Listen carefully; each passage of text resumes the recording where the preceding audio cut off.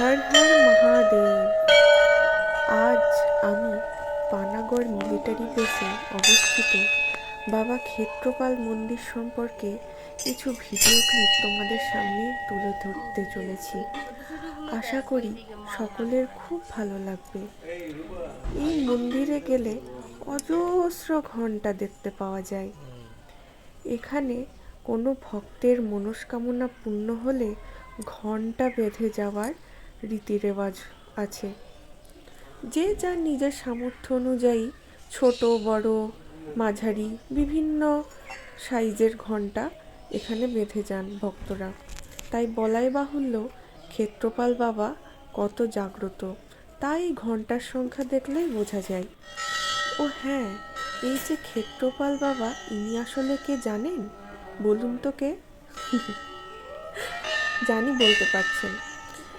ইনি হলেন আর কেউ নন, ইনি হলেন আমাদের দেবাদিদেব মহাদেব কৈলাসপতি, যিনি এখানে শিলারূপে পূজিত হন।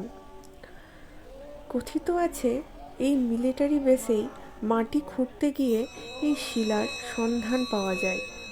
এই শিলামূর্তিটি দেখলে না কিছুটা ভারত ইতিহাসের সিন্ধু সভ্যতায় যে প্রাচীন মূর্তিগুলো ছিল, আমরা ইতিহাস বইতে অনেক ছবি দেখেছি, অনেকটা না মিল পরিলক্ষিত হয় ওই মূর্তিগুলোর সঙ্গে।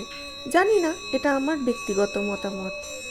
আমি সব কিছুর না ভিডিও করতে পারিনি, শুধু দু চোখ ভরে দেখেছি আর মুগ্ধতায় আটকে গেছিলাম। আমার শ্বশুরবাড়ি পানাগড়, পশ্চিম বর্ধমান। বাবা ক্ষেত্রপালের মহিমা এই প্রত্যেক পশ্চিম বর্ধমানবাসীর কাছে নিশ্চয় অজানা নয়, তবুও যারা জানেন না অবশ্যই একবার ঘুরে আসবেন। ওখানে ভেতরেই মানে সব রকমের পুজো সামগ্রীর দ্রব্যের দোকান আছে একটা। সেখান থেকে আমরা দুধ এবং বিভিন্ন পুজো সামগ্রী, আমার শাশুড়ি মা কিছু বাড়ি থেকেও নিয়ে গেছিলেন, তো সেখান থেকে কিছু কিনেছি এবং বাড়ি থেকে কিছু নিয়ে গিয়ে পুজো দেওয়া হয়েছিল আমাদের সকলের নামে।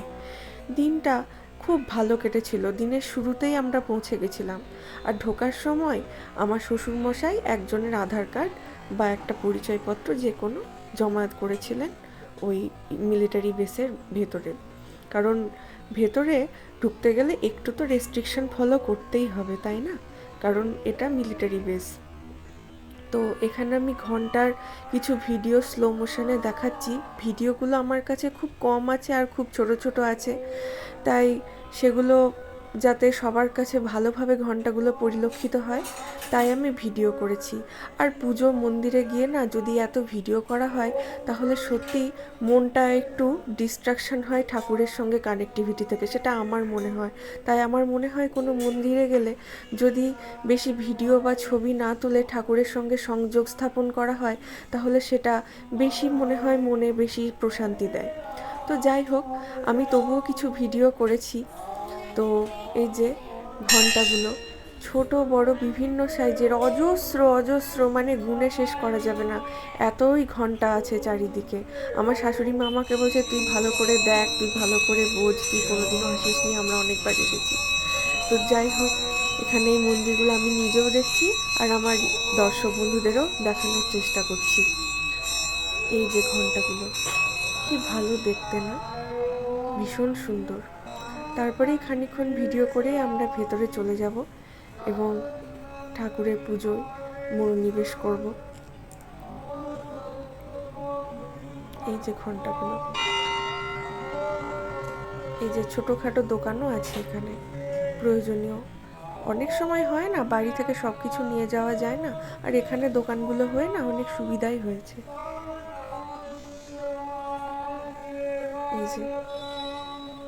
এই যে ভেতরে ভেতরে আছে ওই শিলা। এবার আস্তে আস্তে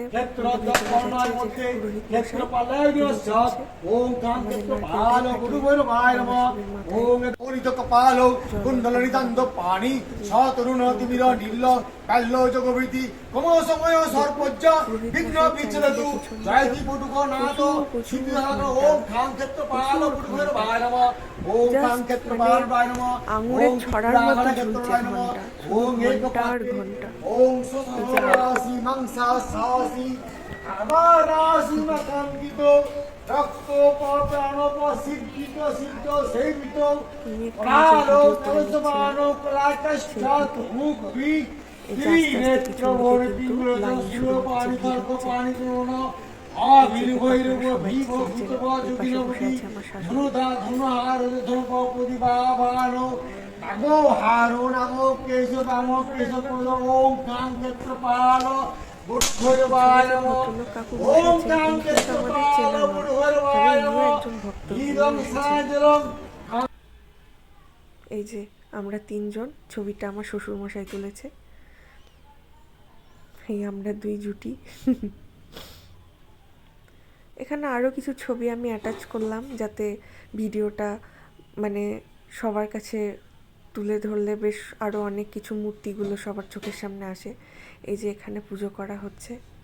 এখানে না একটু রেস্ট্রিকশান আছে ছবি তোলার জন্য। এই যে এটার অনেক বড় ঘন্টাটা এত বড়, আমি তো দেখে অবাক হয়ে গেছি। এটা হংসেশ্বর শিব মন্দির, পাশেই ওই মিলিটারি বেসের মধ্যেই পাশেই এই যে একটা কালী মূর্তি। এখানে ঘন্টা দিয়ে ওম তৈরি করা হয়েছে, ছোট ছোট ছোট ছোট ঘন্টা দিয়ে। এই যে বজরংবলীর মূর্তি। বাবা এখানে পোজ দিচ্ছিল, আমার বাবা একটু মজার মানুষ, মানে আমার শ্বশুর মশাই এখানে পোজ দিচ্ছিল। এই যে আমরা চারজনে গিয়েছিলাম। এই যে আমরা দুটি। এই যে কিছু সেলফি এখানে আছে। বাবা এখানে একটা ছবি আছে, ঘন্টাটা বলল আমি তোলার পোজ করব, ফটো তুলবি। মোটেও এই ঘন্টা নড়ানোর ক্ষমতা হতো না বাবার বা কারোরই। ঘন্টাটা এতটাই বড়, আমি ওদের দুজনকে দাঁড় করিয়ে বললাম একটা ফটো তুলি এই ঘন্টাটার হাইটটা বোঝানোর জন্য। এই যে আমরা তিনজন, এই ছবিটাও আমার বাবা মানে আমার শ্বশুরমশাই তুলেছেন। এই যে ওদের এই ছবিটা আমি তুলেছি, মা বাবা আর ছেলে। আর মা এখানে আমাদের দুজনকে নিয়ে, ছেলের বৌমা আর আমার শাশুড়ি মা। সত্যি সেদিনটা মনটা এত পবিত্র আর এত সুন্দর হয়ে গেছিল বলে বলার ভাষা নেই। এখানে নাকি শুনেছি দুর্গা পুজোও হয়। এই যে এখানে একটা দুর্গা মন্দির আছে, দুর্গা পুজোর সময় দুর্গা পুজোও হয়। এই যে বাড়ি ফিরে আমাদের কিছু প্রসাদ খাওয়ার আগে এসে সেলফি তোলা ম্যান্ডেটারি। সেলফি তুলতেই হবে, কোথা থেকে এসে একটা ফটো অবশ্যই তুলতেই হবে। বাড়ি এসে ফটো না তুললে যেন ঘোড়াটাই, সে বিয়ে বাড়ি হোক বা কোনো অন্নপ্রাশন বাড়ি হোক, যেখানেই যায় না কেন এসে একটা ফটো তুলতেই